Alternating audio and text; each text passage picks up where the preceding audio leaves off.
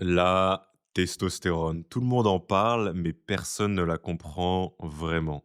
Pourtant, elle est au centre d'une belle vie, que ce soit ta motivation, ta libido, ton désir de compétition, ton humeur, ta composition corporelle et même ta mémoire. Le problème, en plus que personne ne la comprend, c'est qu'elle est en chute libre. Les niveaux moyens de testostérone baissent de 1 à 2 depuis plus de 30 ans. Et ça a de grandes conséquences. La testostérone, c'est un sujet que j'ai passé des années à étudier, tester et optimiser dans ma propre vie. Ce qui fait que quand j'ai fait tester mes propres niveaux, le labo m'a dit que j'étais en dehors de leur échelle. 971 nanogrammes par décilitre, apparemment c'est le top 1%. Mais ce chiffre, comme on va le voir, il n'est pas si important que ça. Ce qui compte vraiment, c'est ce que j'ai appris sur le fonctionnement de cette hormone qui dicte ta vie et comment l'influencer pour avoir tous les bénéfices de haut niveau de testostérone. Dans cet épisode, je vais te faire le sommaire le plus complet sur cette hormone magnifique qui dicte ton quotidien. La vidéo la plus complète en France et même à l'international. Je vais t'expliquer ce que la testostérone fait vraiment dans ton quotidien, les mécanismes clés derrière son fonctionnement, comment ton corps produit et régule cette hormone et mon protocole et mes conseils pour que tu puisses maximiser tes propres niveaux au quotidien. Installe-toi bien, on est parti. Dans un premier temps, laisse-moi te parler de ce que j'appelle le mythe de la testostérone. Quand on parle de testostérone, la plupart des gens pensent à deux choses, muscles et agressivité. En gros, plus de testo, ça veut dire tu es plus musclé et tu es plus agressif avec les autres. C'est faux. Ou en tout cas, c'est une vision qui est extrêmement réductrice de cette hormone. Parce que la testostérone, elle ne cause pas l'agressivité, elle ne crée pas la confiance ou elle ne génère pas la motivation. Ce qu'elle fait, c'est amplifier ce qui est déjà là. La testo te rend plus de ce que tu es déjà. Concrètement, si tu as des tendances qui sont agressives, la testo, ça va les amplifier. Si tu as des tendances à la compétition, ça va amplifier ces tendances. Si tu as des tendances à la prise de risque, pareil. Donc la testostérone va venir te faire être plus de ce que tu es déjà. Mais en plus de te faire être plus de ce que tu es déjà, elle va quand même venir impacter sur des points clés de ton développement. Parce que ce qui est fascinant, c'est la façon dont elle agit sur ton cerveau. En gros, la testostérone, elle va se lier à l'amygdale, cette partie de ton cerveau qui gère la peur et la détection des menaces. C'est la partie la plus ancienne de ton cerveau. Et elle va changer le seuil de ce que tu considères comme stressant ou menaçant. En gros, plus de testostérone veut dire moins d'anxiété par rapport aux situations difficiles. C'est pour ça que les hommes, souvent avec des niveaux plus élevés, ils ont tendance à prendre plus de risques, à chercher la nouveauté, à être moins paralysés par l'incertitude ou à persister plus longtemps quand ils font face à des obstacles. C'est pas techniquement qu'ils sont plus courageux, c'est plutôt que leur seuil, leur limite en fait de stress, elle est beaucoup plus élevée et ce qui toi peut te paralyser ne les paralyse pas. Et au-delà du cerveau, la testostérone, elle influence tellement de choses dans ton quotidien. Ta composition corporelle, c'est plus facile pour toi de gagner du muscle, de perdre du gras. Aussi, ta densité osseuse, tu as des os plus solides, moins de risque d'ostéoporose. Pareil pour ta libido, que ce soit au niveau de tes désirs sexuels, érection. Ton énergie, tu as beaucoup plus d'énergie, plus de vitalité. Pareil même pour ton humeur, moins de dépression, plus de motivation au quotidien, de désir de progrès. Pareil pour tes capacités cognitives. Tu as une meilleure clarté mentale, tu as une meilleure mémoire. Pareil même pour ta sensibilité à l'insuline, tu as une meilleure gestion du glucose. Bref, c'est pas juste les muscles, c'est littéralement la base biologique de ta vitalité masculine, on va l'appeler. Et c'est vraiment important parce que si tu veux être plus confiant, si tu veux avoir plus d'énergie, être plus motivé, plus présent, tu peux travailler sur ton état d'esprit ou des conseils ou autres, suivre tout ce qu'on peut te dire, mais si ta biologie, elle suit pas, tu nages à contre-courant. Et cette testostérone, c'est la fondation masculine. La majorité des traits de caractère ou des comportements que tu veux essayer d'adopter dans ton quotidien, c'est juste une extension naturelle de niveaux normaux ou élevés de testostérone.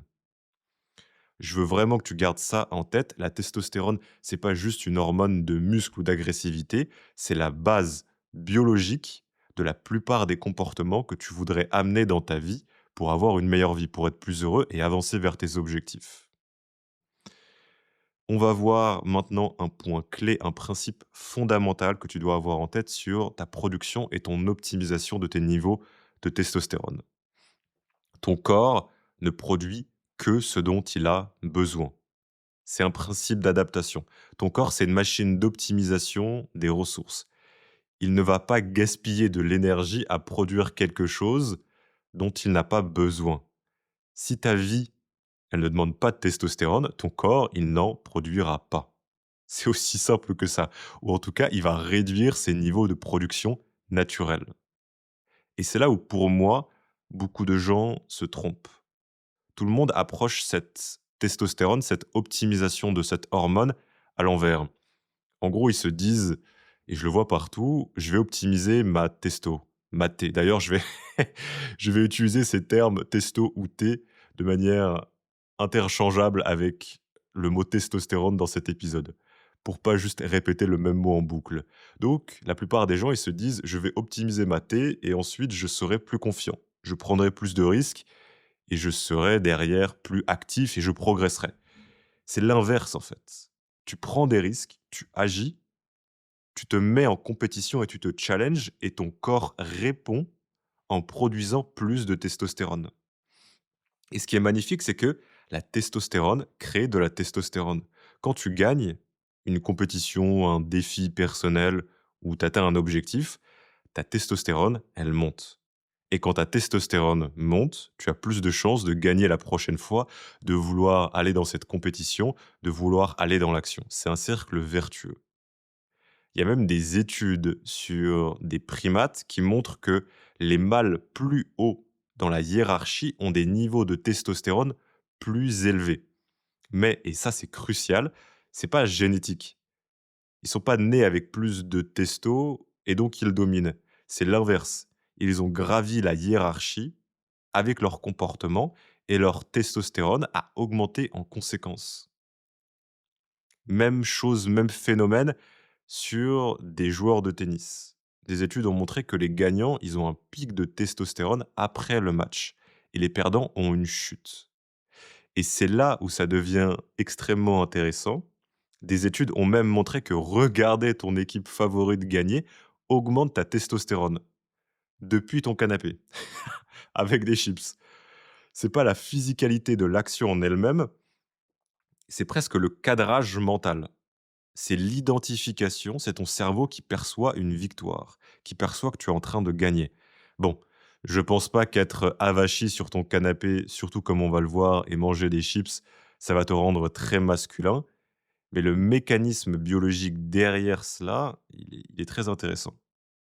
Parce que ton corps, il fait pas une différence entre une victoire qui peut être réelle et une victoire perçue.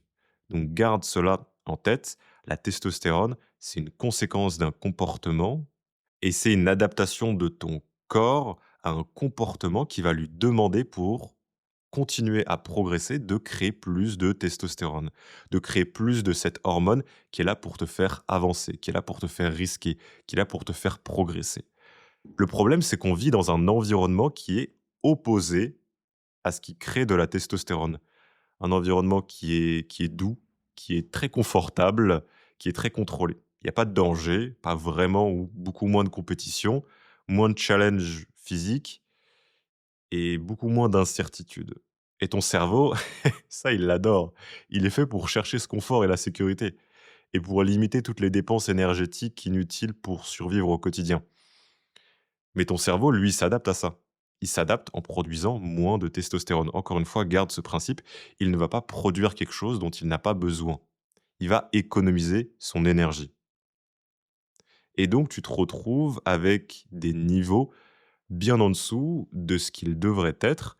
Et ces niveaux bien en dessous de ce qu'ils devraient être te donnent encore moins envie d'agir, de risquer d'aller dans le challenge. Ça devient un cercle vicieux. Et le piège moderne pour moi, c'est de se concentrer sur des petits détails. Aller optimiser plein de petites choses tout en vivant une vie qui ne demande aucune testostérone. Et j'aime bien cet exemple, mais le fermier qui mange des patates et du pain, qui dort 4 heures par nuit et qui travaille physiquement toute la journée, qui affronte les éléments, il a peut-être plus de testostérone que le biohacker, moderne qui est assis la majorité de sa journée devant un écran avec sa liste de 15 compléments.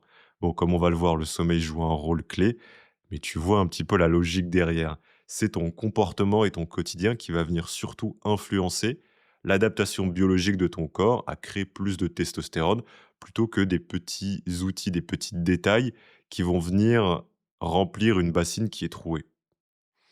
Ça ne veut pas dire évidemment que tu ne peux pas bien augmenter tes niveaux avec des optimisations, tu le peux, mais tu dois garder en tête ce principe d'adaptation biologique à ton comportement quotidien.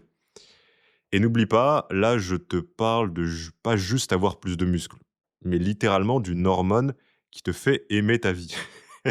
Donc, c'est pas juste une question de te dire je vais être plus balèze ou plus agressif, c'est cette fondation biologique à la plupart des comportements que tu veux avoir dans ton quotidien pour avoir une vie épanouissante et une vie de progrès.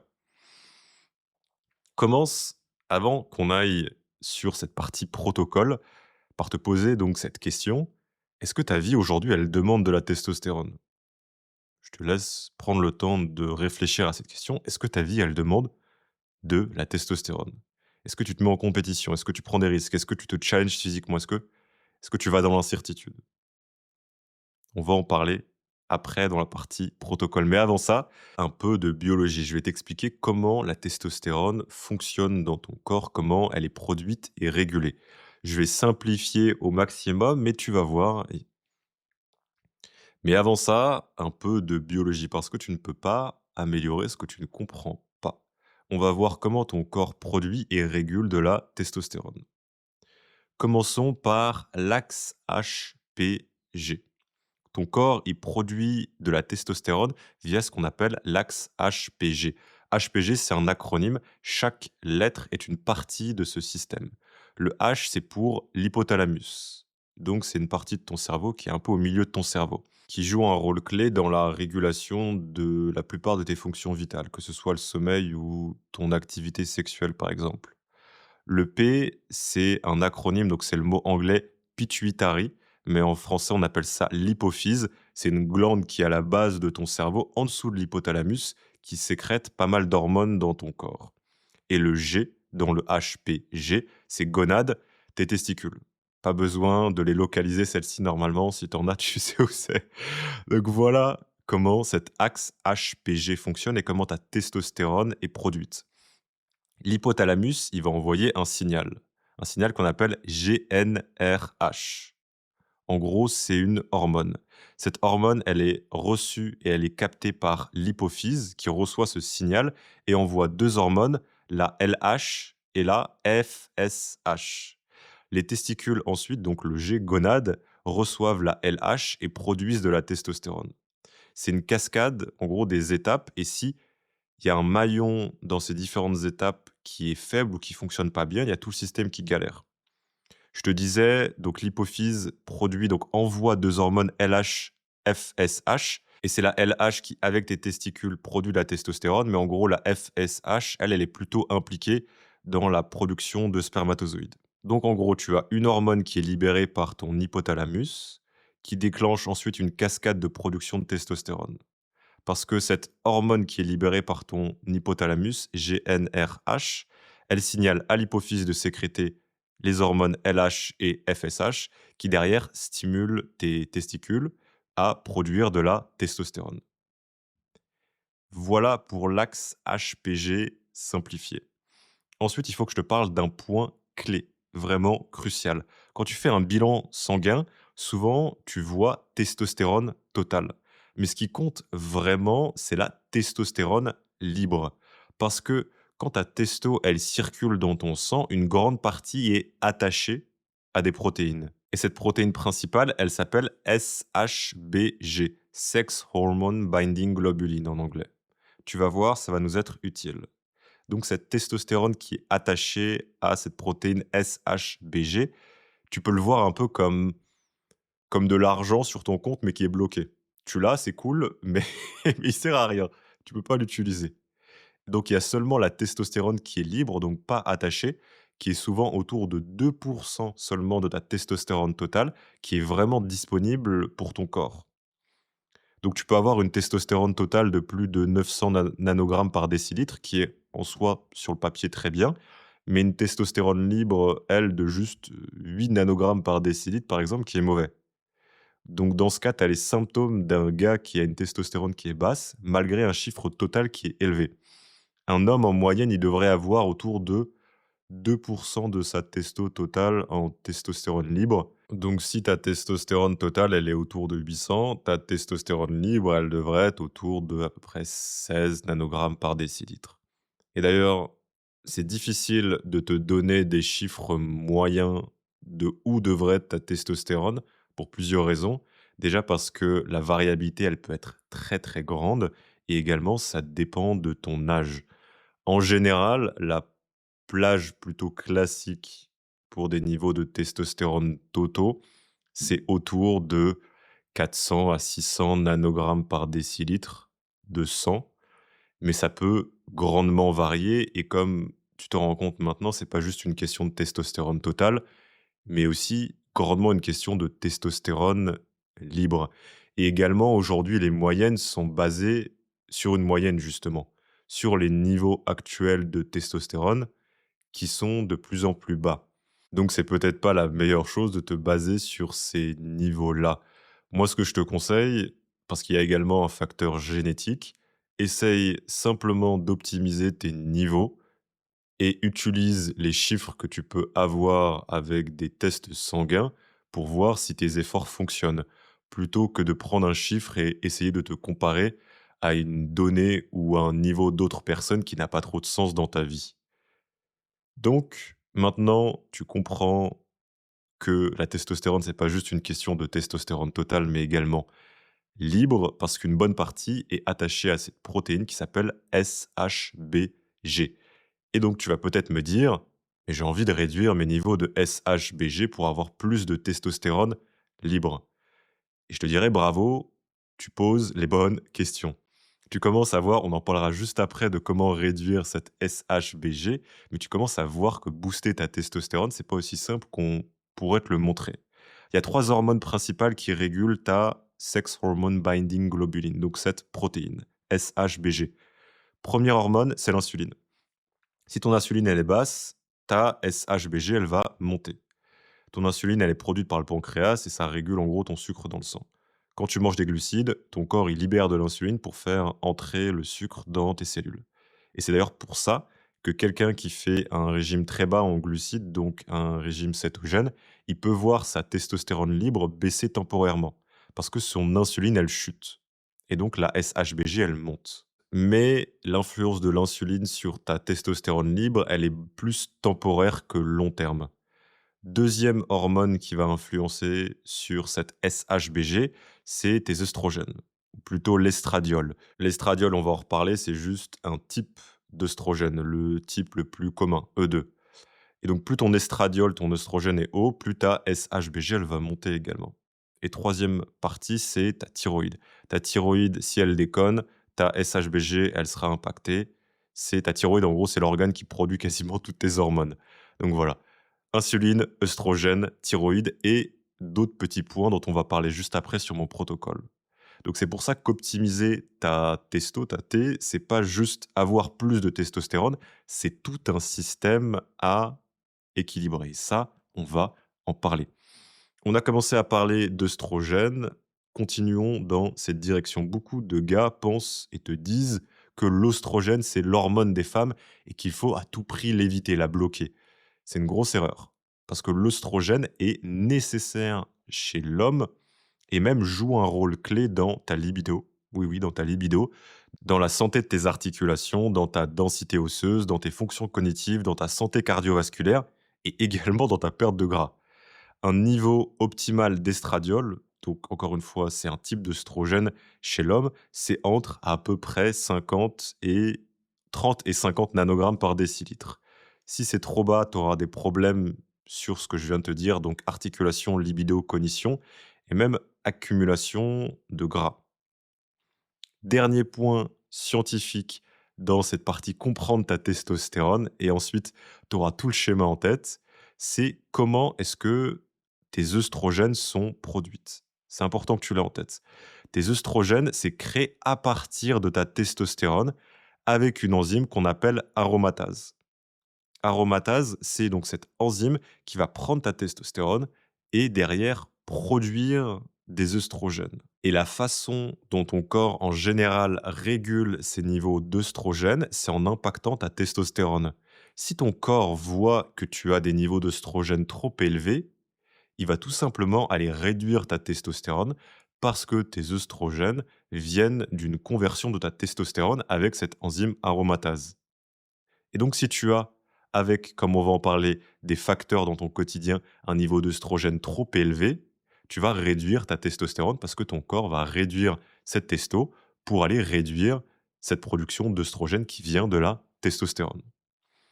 Voilà, tu as une belle compréhension générale et tu es dans le top 1% de la compréhension de la testostérone, si ce n'est plus. Tu vas voir que tous ces conseils ils vont nous être utiles sur la partie protocole. Ensuite, je te le disais en intro, mais les niveaux actuels de testo, ils sont en chute libre. Il faut séparer 2 phénomènes différents. Le premier, c'est juste le déclin naturel avec l'âge. Après 30 ans, ta testostérone, elle baisse environ de 1 par an.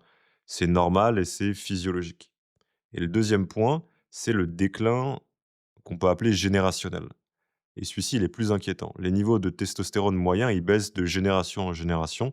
Un homme de 30 ans aujourd'hui, il a en moyenne une testostérone bien plus basse qu'un homme de 30 ans il y a 30 ans. Il y a plein de causes probables pour ça. Les perturbateurs endocriniens, par exemple, plastique, pesticides, produits chimiques. Pareil aussi, il y a plein de potentielles causes pour cela. Tes perturbateurs endocriniens, que ce soit plastique, pesticides, produits chimiques, un mode de vie beaucoup plus sédentaire et confortable, l'obésité également, on en parlera, un stress qui est chronique, un manque de sommeil et un manque aussi même d'exposition au soleil. Il y a plein de facteurs qui viennent jouer à ça. En gros, notre mode de vie actuel nous fait faire des actions, nous fait avoir un comportement et un environnement qui va à l'opposé de ce que notre corps a besoin pour produire plus de testostérone. Et donc, on a ce niveau de testostérone qui est en chute libre, qui crée beaucoup plus de dépression, une vie beaucoup plus sédentaire, beaucoup moins d'envie d'avancer, de créer. Bref, c'est un cercle vicieux comme tu le comprends maintenant. Et ça nous donne des premières pistes pour notre protocole d'optimisation. Mais avant ça, cette vidéo, elle est sponsorisée par moi. Si tu es comme moi, tu as des objectifs ambitieux et tu veux progresser et avancer au quotidien. Et pour ça, tu dois rester concentré sur ce que tu fais. Le problème, c'est que j'ai jamais trouvé ce qui allait m'aider à le faire. Mon allié quotidien pour être concentré sur mon taf et sur mes entraînements. Donc j'ai passé plus de 2 ans à développer Lucide et dépensé à l'heure actuelle plus de 100 000 € dans les 9 derniers mois pour développer une boisson. Une boisson pour laquelle on a fait des centaines d'échantillons avec notre labo. Tout ça pour développer une formule qui marche vraiment, basée sur la science, pas sur un marketing en carton. Lucide, c'est de la caféine combinée à de la L-théanine sous le ratio scientifiquement prouvé pour aider à la concentration. La caféine, elle te donne de l'énergie. La L-théanine, elle enlève le côté nervosité et crash. C'est ce que les études montrent et c'est ce qu'on s'est efforcé à te faire ressentir quand tu testes notre produit. Je bois en soi lucide, tu le vois pas, mais j'ai une canette dans ma main pendant que j'enregistre ce podcast, quand je fais du deep work ou quand je m'entraîne. Si tu veux essayer, va sur drinklucide.fr, je t'ai créé un petit code de promotion, Esprit Lucide, ESPRITLUCIDE, collé en majuscule, sur drinklucide.fr pour avoir une belle petite réduction et aller tester ce que fait Lucide dans ton quotidien. Je remercie notre magnifique sponsor de ce podcast et je te remercie. On est parti sur la partie protocole de ce podcast. On va passer dans le concret. Je vais te donner mes conseils pour optimiser tes niveaux de testostérone et de testostérone ressenti. On va organiser ça par ordre de priorité parce que tout n'a pas le même impact sur tes niveaux. On commence par le premier. Tu t'y attends peut-être, ton sommeil. Si tu devais optimiser qu'une chose pour tes niveaux de testostérone, ce serait ça. Et oui, le sommeil revient tout le temps parce que c'est la fondation de tout.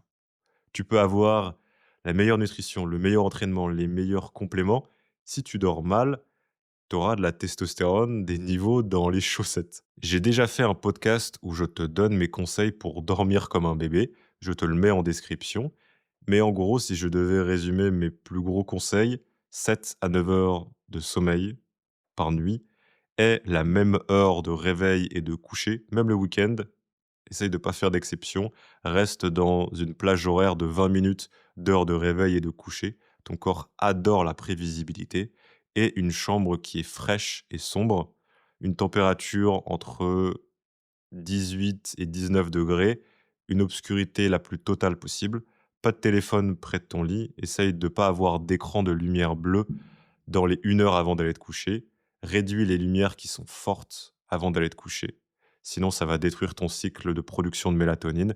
Donc, aie des lumières qui soient chaudes et basses et essaye d'avoir une routine autour de ton heure de coucher. Ça va aider ton corps à se préparer à produire de la mélatonine et à réduire ton rythme cardiaque. Voilà. Numéro un, sommeil, vraiment. Priorise ton sommeil. C'est pas qu'une question de testostérone, on pourra en parler, c'est tous tes autres hormones. C'est le pilier sur lequel les autres conseils vont se reposer. Donc, premier point, optimise ton sommeil. Deuxième point, l'exercice physique. Soulever des poids lourds. Soulever des poids, ça stimule ta production de testostérone et également d'hormones de croissance. Mais pas forcément n'importe quel type de sport ou de mouvement. En général, les études montrent que c'est du travail lourd qui a le plus d'impact. Lourd, c'est un terme qui peut dire plein de choses, mais les études montrent que si tu restes entre 3 et 15 répétitions proches de l'échec, tu es dans l'échelle optimale.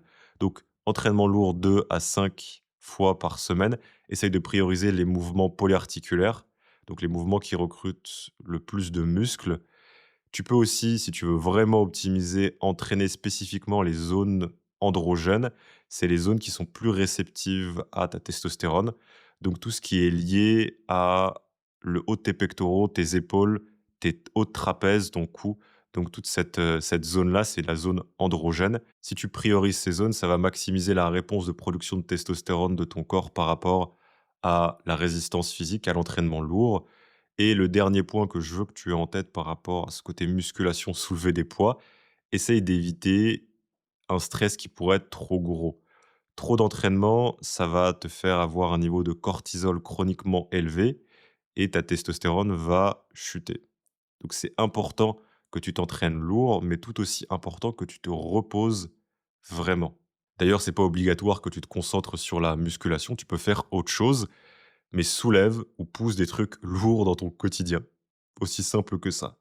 Et j'ai commencé à l'amener en te parlant de cortisol, mais ça nous mène à notre troisième point, réduis tes niveaux de cortisol.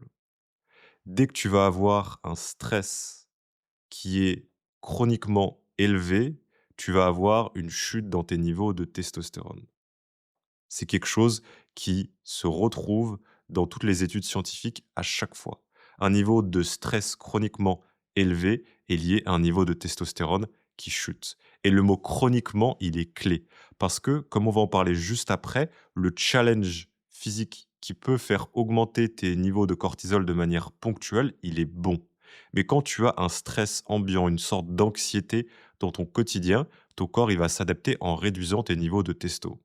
Et donc, ce que je peux te conseiller à ce niveau, mais ça va vraiment dépendre de toi et il faudrait un podcast spécifique sur réduire les niveaux de cortisol chroniquement élevés, c'est d'amener des pratiques dans ton quotidien qui vont te permettre de pouvoir te relaxer et te reposer.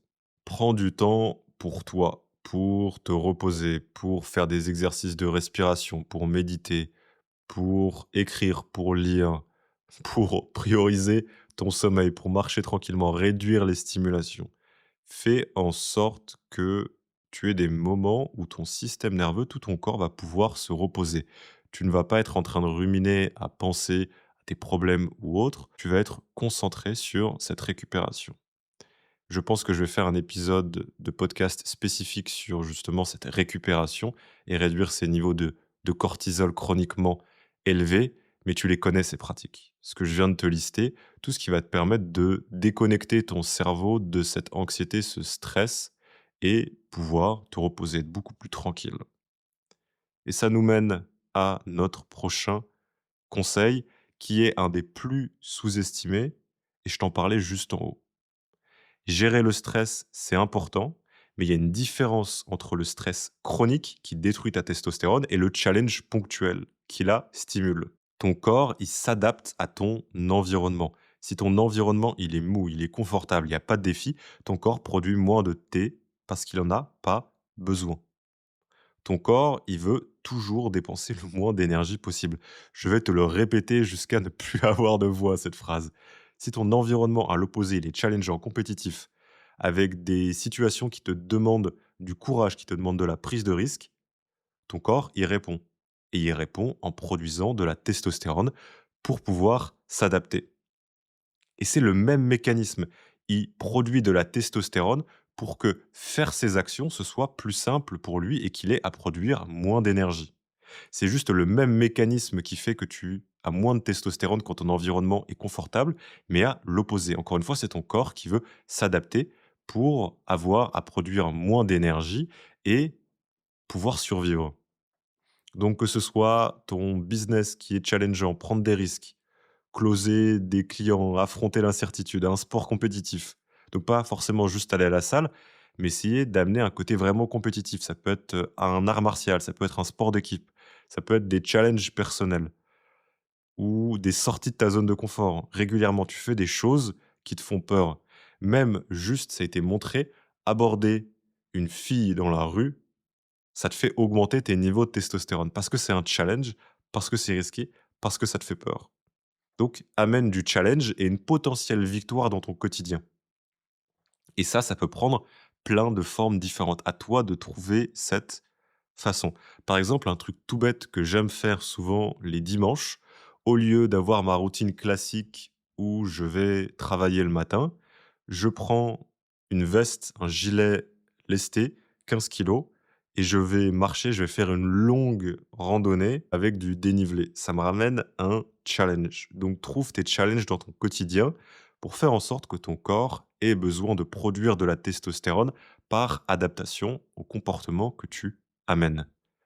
Prochain point pour optimiser tes niveaux de testostérone, on va parler de lumière. La lumière du matin dans tes yeux, c'est un signal, un des signaux les plus puissants pour ton système hormonal. Dans les 30 à peu près à 60 premières minutes après le réveil, essaye de t'exposer à cette lumière naturelle. Pas à travers une fenêtre ou avec des lunettes de soleil, vraiment la lumière directe dans tes yeux. C'est déjà bien si tu sors dehors et tu arrives à avoir de la lumière de manière générale, mais c'est encore mieux si cette lumière, elle est directement dirigée à tes yeux. Je sais que c'est pas simple à faire, hein, surtout en hiver actuellement, mais essaye en matinée, quand le soleil il est encore bas, même si c'est nuageux, tu peux quand même sortir marcher, de aller dehors un petit quart d'heure ou de te mettre devant une fenêtre et de l'ouvrir. Ça va réguler ton rythme circadien qui régule toutes tes hormones, y compris la testostérone.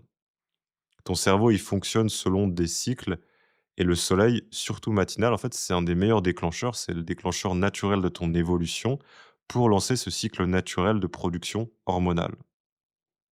En parlant d'exposition au soleil, parlons de vitamine D. Au-delà de la lumière du matin, l'exposition au soleil, en général, elle est corrélée avec des niveaux de testostérone plus élevé et c'est en partie dû à la production de vitamine D qui vient de ton exposition au soleil. Cette vitamine D, c'est un grand précurseur hormonal. Une déficience en vitamine D, ça a été montré, c'est corrélé avec une testostérone basse. Personnellement, ce que je fais, c'est que je m'expose au soleil tous les jours. Je passe pas mal de temps dehors à marcher et quand c'est possible, j'essaye d'exposer le plus de parties de mon corps possible à ce soleil, donc torse, dos. En gros, plus tu as de surface, plus tu vas avoir cette réaction de production de vitamine D. Évidemment, j'abuse pas, n'abuse pas non plus. Si tu es comme moi, tu as une génétique nordique et la couleur de ta peau se rapproche de la couleur de cette canette de lucide bien blanche juste devant moi. Ne passe pas de aucune exposition au soleil à, en plein été, te mettre dehors torse nu parce que ton corps ne va pas aimer. Et si tu vis dans un endroit sans soleil, une partie de l'année, la complémentation, on en parlera après, en vitamine D, elle devient très importante. Prochain point, et celui-ci, je veux que tu y prêtes attention. Perturbateur endocrinien. On va continuer nos conseils en bouchant les fuites. J'utilise souvent cette image. Imagine une bassine que tu veux remplir d'eau, mais il y a des trous dedans. Tu peux verser autant d'eau que tu veux. Si tu ne bouches pas les trous, elle se remplira jamais. Les perturbateurs endocriniens, c'est comme ces trous dans ta bassine. Avant d'optimiser le reste, il faut que tu arrives à couvrir, à remplir et à boucher ces trous. Dans notre environnement actuel, il y a énormément de composants qu'on a créés qui maintenant influencent tes hormones négativement. Et ça pour une multitude de raisons, mais une grande partie de ces composés qui vont t'impacter négativement, c'est parce qu'ils contiennent des xénoœstrogènes. C'est un perturbateur endocrinien qui imite l'œstrogène dans ton corps. Et donc ton corps va confondre ce xénoœstrogène avec tes niveaux d'œstrogène et ton ratio testostérone-œstrogène, il va se déséquilibrer. Ce que je te conseille d'éviter. Au niveau du plastique, il est partout, donc tu peux pas l'éviter. Tu vas devoir te concentrer sur les actions à plus haut retour sur investissement, là où le plastique peut le plus impacter tes niveaux de testostérone. Donc ce que je te conseille de faire, c'est d'éviter tout ce qui est Tupperware en plastique. Tout ce que tu vas mettre dans un micro-ondes et réchauffer, ne mets jamais de plastique, parce que si tu chauffes les particules de plastique, elles vont rentrer, elles vont être plus perméables, rentrer dans ta nourriture et tu vas les ingérer. Essaye aussi d'éviter les bouteilles en plastique, surtout si c'est chauffé ou mis au soleil. À la place, utilise plutôt du verre ou de l'inox. Deuxième point, les vêtements en polyester. Regarde l'étiquette de tes vêtements, tu vas voir qu'il y a du plastique partout. Quand tu transpires dedans, les phtalates, qui sont des composés chimiques dans le plastique, ils passent dans ta peau. Donc, essaye de privilégier des tissus naturels, du coton, du lin, de la laine. Autre point, poils anti-adhésives. Le revêtement qui est contenu dans ces poils anti-adhésives, c'est du plastique. Et quand elles commencent à vieillir, tu te retrouves à manger du plastique. Si aujourd'hui tes poils anti-adhésives, elles ont des sortes de griffures dessus, tu manges du plastique avec ta nourriture tous les jours. Donc moi, j'utilise de la fonte ou du fer. Ce qui veut dire que oui, si tu veux que ta nourriture ne colle pas, tu dois mettre du gras dessus. Mais comme on va en parler après, c'est une bonne chose. Pareil, produits cosmétiques, parfums, skincare, shampoing, gel douche, tout ça, c'est rempli de perturbateurs endocriniens. Donc je prends moi des choses les plus naturelles possibles. On n'est pas fait pour avoir tous ces produits chimiques sur notre peau. Regarde la composition des produits que tu mets sur ton corps aujourd'hui. Si tu n'arrives pas à comprendre la moitié des ingrédients, c'est qu'il y a un problème. Ton corps non plus n'arrive pas à les comprendre. Il n'est pas fait pour avoir ça au quotidien sur sa peau. Donc ce que je te conseille de faire au niveau de ce côté skincare, déjà, tu pas besoin normalement de «skincare» entre guillemets. Ton corps et ta peau se régulent très bien toutes seules. Mais si tu as besoin d'utiliser des produits, tu peux par exemple utiliser du Suite Bœuf pour hydrater ta peau et juste te laver avec de l'eau. Et pareil pour ton corps, utilise des savons solides avec juste quelques ingrédients. Shampoing, c'est un peu plus difficile, mais tu peux aussi trouver des shampoings très naturels. Autre point sur les perturbateurs endocriniens, eau du robinet, ça dépend où tu vis, mais en général, c'est pas fou. C'est pas fou, il y a énormément de choses dans ton eau que tu bois qui perturbent tes niveaux hormonaux. J'utilise personnellement un filtre à gravité, mais si tu veux, le meilleur type de filtre, c'est un filtre à osmose inversée. Donc voilà, essaye de faire attention à ta consommation d'eau au quotidien. Autre point, pesticides, il y en a partout aujourd'hui, donc j'essaye personnellement, j'achète et c'est d'ailleurs à l'époque, on me posait des questions: «Pourquoi est-ce que tu veux réussir en entrepreneuriat?» Et ma réponse instinctive, c'était toujours pour pouvoir redonner à ma mère et pour pouvoir m'acheter du saumon bio, parce que ça coûte cher. Donc voilà, je veux gagner de l'argent juste pour pouvoir m'acheter des produits, de la nourriture de meilleure qualité. Le reste, on s'en fout. Non, blague à part, essaye d'acheter des produits bio si tu peux, surtout pour les fruits et les légumes. La viande et le reste, c'est un autre budget, on va dire. Ou alors essaye de laver surtout les fruits et les légumes qui n'ont pas de peau externe, essaye de les laver avant de les consommer.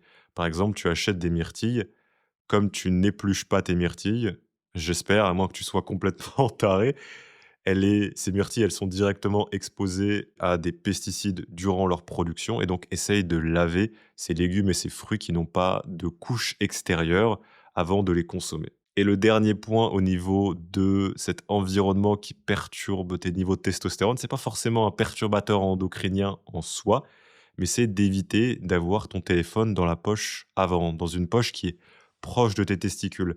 C'est pas forcément une question d'onde, on sait pas vraiment à ce niveau si ça impacte ou non tes niveaux de testostérone, mais c'est plus que ton téléphone chauffe et tes testicules, elles détestent la chaleur. C'est d'ailleurs pour ça qu'elles sont en dehors de ton corps. Donc ce que je fais, c'est que je mets mon téléphone soit dans ma poche arrière, soit dans une poche à l'intérieur dans mon manteau ou dans un sac. Ou alors je ne le prends pas du tout. Ça m'a même valu mettre mon téléphone dans ma poche arrière, de me faire voler un petit iPhone à 1 800 € récemment. Donc fais attention quand tu mets ton téléphone dans tes poches arrière. Donc voilà, bouche les trous dans ton quotidien. Plastique, vêtements en polyester, poêle anti-adhésive, produits cosmétiques, eau du robinet, pesticides et ton téléphone. Au niveau du plastique, je tiens à préciser tout de même, tu ne peux pas tout éviter. C'est important que tu aies ça en tête. Ne commence pas à devenir un peu fou là-dessus. Juste concentre-toi sur ne pas constamment avoir des choses qui vont toucher ta peau ou qui vont toucher ta nourriture et chauffer avec ta nourriture au quotidien. On continue dans mon protocole, mes conseils pour toi et on va parler d'un sujet plus controversé. N'écoute pas les conseils en carton de ton médecin à la télé. Non, blague à part, ce fameux cholestérol dont on te parle partout, il n'est pas mauvais pour toi. C'est d'ailleurs un principe que tu peux garder dans tout. Si quelque chose est naturellement produit par ton corps, c'est pas bon ou c'est pas mauvais. C'est là pour une raison. Donc le cholestérol, il n'est pas mauvais. C'est d'ailleurs le précurseur de toutes tes hormones stéroïdiennes, y compris la testostérone. Si tu ne manges pas assez de graisse et de cholestérol, ton corps n'a pas les briques de base pour construire cette testostérone. Des diètes basses en graisse saturée et donc en cholestérol ont été corrélées à une baisse des niveaux de testostérone. Et donc ces graisses saturées, elles sont pas mauvaises pour toi, au contraire. Dans mon quotidien, je mange 4 à 8 œufs par jour, de la viande rouge quasiment tous les jours, du beurre constamment, et juste de la graisse générale dans la plupart de mes repas. Je ne les fuis pas. D'ailleurs, l'acide stéarique qui est présent dans les graisses animales, c'est un inhibiteur naturel de l'aromatase. Tu te rappelles de l'aromatase, c'est l'enzyme qui va faire en sorte que ta testostérone produit de l'oestrogène, donc est convertie de testo à œstrogène. Donc ça va réduire cette production. Donc n'écoute pas les gens qui te disent que la viande rouge ou les œufs ou les graisses animales sont mauvaises pour toi. Le cholestérol alimentaire, il a très peu d'impact sur le cholestérol sanguin chez la plupart des gens. Je tiens à préciser la plupart des gens, surtout si tu es en santé et tu bouges au quotidien et tu manges déjà assez bien. Ce qui est, je pense, le cas si tu m'écoutes aujourd'hui. J'ai d'ailleurs fait tester mes niveaux de cholestérol, HDL et LDL, ils sont sains. Alors que je mange tout ce que je t'ai dit avant, qui ferait avoir une crise cardiaque à ce que la plupart des médecins te conseillent sur le cholestérol. D'ailleurs, en parlant de nourriture, il y a peu de nourritures qui sont liées à une vraie augmentation de ta testostérone autre que les graisses saturées. Le plus important, c'est surtout d'avoir des niveaux de lipides de graisse assez hauts, assez élevés dans ta nourriture et d'aller optimiser les autres points dont je t'ai parlé et dont je vais te parler sur les autres conseils. Tu peux aussi éviter le soja parce que ça contient des phytoœstrogènes, qui est une autre forme d'œstrogène. C'est pas forcément directement corrélé, on n'est pas sûr au niveau des études, mais je te conseille d'éviter. Vaut mieux pas prendre quelque chose qui pourrait faire augmenter tes niveaux d'œstrogène. Autre point dans la partie protocole, autre conseil, le cardio. Ton cortisol, comme je te le disais, élevé, va faire baisser ta testostérone. Et il y a plusieurs choses que tu peux faire pour faire réduire ce niveau de cortisol élevé. Je t'en ai parlé avant, des moyens pour récupérer, pour te calmer, ta respiration déconnectée et autres. Mais ce que tu peux faire également, c'est faire du cardio de basse à moyenne intensité pour réguler ces niveaux de cortisol. Que ce soit de la marche, du vélo ou même une natation assez légère. Ça va réguler tes niveaux de cortisol et donc impacter positivement ta production de testostérone, ou en tout cas ne pas la détruire si tu as de base des niveaux de cortisol assez élevé. Donc moi, ce que je fais, c'est que je marche beaucoup quotidiennement sans distraction. Je fais aussi parfois du vélo ou de la natation à intensité qui est plutôt modérée. Par contre, le cardio qui est intense et prolongé, marathon, triathlon ou autre, ça peut avoir l'effet inverse et te faire augmenter chroniquement tes niveaux de cortisol. C'est une question de dosage. Ça ne veut pas dire que tu dois éviter le cardio intense, au contraire, moi je te conseillerais d'en faire, mais essaie de faire attention à quel point cette intensité est élevée dans ton quotidien et fréquente. Quelle est la fréquence de ce cardio à haute intensité et de prendre vraiment ce temps pour te reposer. C'est d'ailleurs quelque chose que tu vois chez la plupart des gens qui courent un marathon ou un triathlon. Juste après cela, en général, comme ils ont été dans une période d'entraînement et de préparation très intense avec énormément de cardio, ils ont un niveau de testostérone qui se casse la gueule, mais ça remonte ensuite. Donc voilà, c'est une question de fréquence, d'équilibre et de gérer ça dans ton quotidien. Personnellement, je travaille beaucoup, je bouge beaucoup, donc je fais exprès d'avoir ces moments tranquilles, c'est non négociable. Autre conseil, et il en reste 2, on est sur l'avant-dernier, on va parler d'alcool. L'alcool, c'est un destructeur de testostérone. Il augmente ta production d'œstrogène, il détruit la qualité de ton sommeil et il augmente ton cortisol. Donc évite le plus possible l'alcool.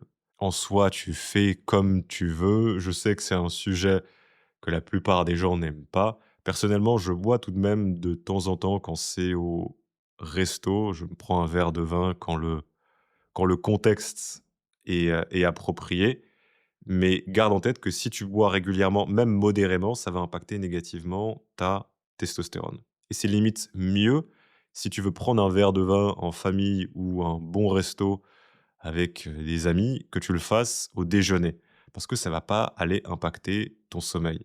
Vraiment, l'alcool, ça détruit ton sommeil. Donc voilà, garde en tête, alcool n'est pas égal à testostérone du tout et à toi de gérer cela dans ton quotidien. Dernier point, on va parler de tes testicules. Les testicules, elles sont à l'extérieur de ton corps pour une raison. Elles ont besoin d'être plus froides que le reste de ton corps pour fonctionner correctement. C'est pour ça que je te passais ce conseil de ne pas avoir ton téléphone qui chauffe beaucoup plus qu'on ne le pense à côté de tes testicules au quotidien. Donc tout ce qui chauffe va nuire à la production de testostérone et à ta fertilité. Évite d'avoir des sous-vêtements trop serrés. Donc laisse tes testicules, les pauvres, respirer. Ne mets pas d'ordinateur portable ou autre sur tes genoux. Garde ton téléphone, comme je te le disais, pas dans ta poche avant, mais plus loin de tes testicules. Et évite également des bains chauds prolongés ou si tu vas dans un sauna, fais en sorte d'avoir un pack de glace que tu mets au niveau de tes testicules pour pouvoir les refroidir. Ce point sur la chaleur des testicules, il est vraiment sous-estimé. Il y a des études assez folles de niveau de fertilité qui sont détruits juste parce que tes testicules, elles n'arrivent pas à respirer et elles ne sont pas dans des températures qui sont optimales pour elles. Voilà, on va partir sur la dernière partie de ce podcast et ma dernière partie conseil qui est sur la supplémentation. Les compléments, garde ça en tête, ça vient toujours après le reste, pas avant. Comme pour quasiment tout, c'est comportement avant complément. C'est tes actions, comment tu vas agir avant d'ingérer des choses. Et ça suit un principe qui est clé pour moi. Si quelque chose t'amène des résultats trop facilement, c'est qu'il y a un problème. Soit les résultats sont pas là, soit il y a des impacts négatifs. Si tu pouvais juste prendre un complément et booster tes niveaux de testostérone naturellement sans avoir d'impact négatif, ça se saurait et c'est pour ça que ça n'existe pas. Ceci dit, certains compléments ont quand même des preuves solides. Je vais te parler de mes 3 essentiels. Premier essentiel, le zinc. Le zinc, il est crucial pour la production de testostérone. Une déficience en zinc veut dire que ta testostérone, elle baisse. Il aide aussi à réguler et à inhiber l'aromatase. Tu te rappelles l'enzyme qui convertit ta testostérone en œstrogène. En général, vise autour de 15 à 30 mg par jour. Je te conseille de le prendre avant d'aller te coucher. Ça aide également sur la qualité de ton sommeil. En parlant de qualité de sommeil, deuxième complément, magnésium. Le magnésium, entre autres, il aide à inhiber la liaison entre ta testostérone et cette SHBG, Sex Hormone Binding Globulin, tu te rappelles? Cette protéine qui fait en sorte que ta testostérone n'est plus libre mais liée. Donc en gros, il aide à libérer cette testostérone. La majorité d'ailleurs des gens, ils ont une déficience en magnésium. Essaye de viser entre 200 à 400 milligrammes par jour. Et les meilleures formes, c'est souvent des formes glycinates ou thréonates, en gros, qui sont mieux absorbés par ton corps. Et si tu prends du bisglycinate, prends-le avant d'aller te coucher. Ça va également t'aider à avoir un meilleur sommeil. Et le troisième, tu t'en doutes peut-être, c'est ta vitamine D. Si tu t'exposes pas régulièrement au soleil ou alors si tu habites dans un magnifique pays qui s'appelle la France et que tu vis au-dessus ou vers Paris, tu as forcément une déficience en hiver en vitamine D. Essaye de viser 2000 à 5000 UI par jour et ça va dépendre évidemment de ton exposition au soleil. Idéal, on en parle juste après, mais fais un bilan sanguin pour savoir où tu es. La vitamine D, c'est une vitamine qui est liposoluble, donc lipolipide. Ça veut dire que tu vas devoir l'ingérer avec des graisses, donc prends-la pendant un repas. Il y a des études et je fais un protocole personnel actuel de monter à 10 000 UI, qui est une très, très haute dose, une dose supraphysiologique. Je te dirai ce que ça donne. Des études qui montrent que ça pourrait avoir des impacts positifs sur la testostérone. Voilà, je te conseille juste ces 3 compléments. Je suis pas là à te dire: «J'ai un booster de testostérone qui va t'aider» ou j'en sais rien, parce que la majorité de ces boosters sont juste du marketing, que ce soit le tribulus ou la plupart des choses en général qui sont mises en avant, si elles ne restent pas sur le temps, c'est parce que ça ne fonctionne pas. Ou alors si ça a un impact, c'est un impact qui est ridicule. Les seuls compléments qui ont des preuves solides, c'est ceux qui corrigent en général des déficiences, zinc, magnésium, vitamine D, ou alors qui agissent sur des mécanismes spécifiques comme par exemple, l'ashwagandha qui réduit le cortisol ou le tonka-ali. Mais encore une fois, les preuves, elles sont pas vraiment présentes pour ce genre de complément. Donc la meilleure chose que tu peux faire, c'est avoir une diète équilibrée, des lipides et des graisses saturées hautes et tu peux aller sur du zinc, magnésium et vitamine D pour aller optimiser tout ça. Mais ne te perds pas dans une liste de compléments qui serait quasiment inutile et faire comme je le vois malheureusement chez trop de gens, optimiser avec plein de petits compléments parce que c'est facile. Par contre, passer 15 heures par jour assis sur une chaise à ne pas bouger de son bureau. Comme on parle de compléments, il faut que je te parle d'un point qui est aussi important, que personne ne fait et qui est pourtant un des meilleurs investissements possibles, c'est juste un bilan sanguin. Parce que sans chiffres, tu tires au hasard, tu tires en fermant les yeux. Tu essayes d'aller optimiser et tu sais pas où est-ce qu'il y a des déficiences et des choses à aller améliorer. Donc ce que je te conseille, si tu en as jamais fait, même si c'est chiant, honnêtement, je le sais, c'est d'aller faire un bilan assez large où tu peux voir où tu as des déficiences. Parce qu'en termes de compléments, au lieu d'aller chercher juste des actifs larges, une fois que tu as des déficiences, tu sais où sont ces déficiences et tu peux, avec une vraie stratégie, aller les combler, aller amener un changement. Donc fais un test large pour voir où tu as ces déficiences et aussi tu peux aller plus spécifiquement aller tester tout ce qui va être lié à ta production de testostérone. Donc essaye d'avoir ta testo totale, ta testo libre, SHBG, aussi estradiol, donc c'est tes œstrogènes, une partie de tes œstrogènes qui est donc le, je crois, E2, c'est le diminutif qui est en général ce qui est mesuré. Également LH et FSH, si tu te rappelles, dans notre axe, dans notre système de production de testostérone. Et éventuellement, tu peux aller voir DHT, donc dihydrotestostérone, prolactine, cortisol, aussi testé au niveau de ta thyroïde.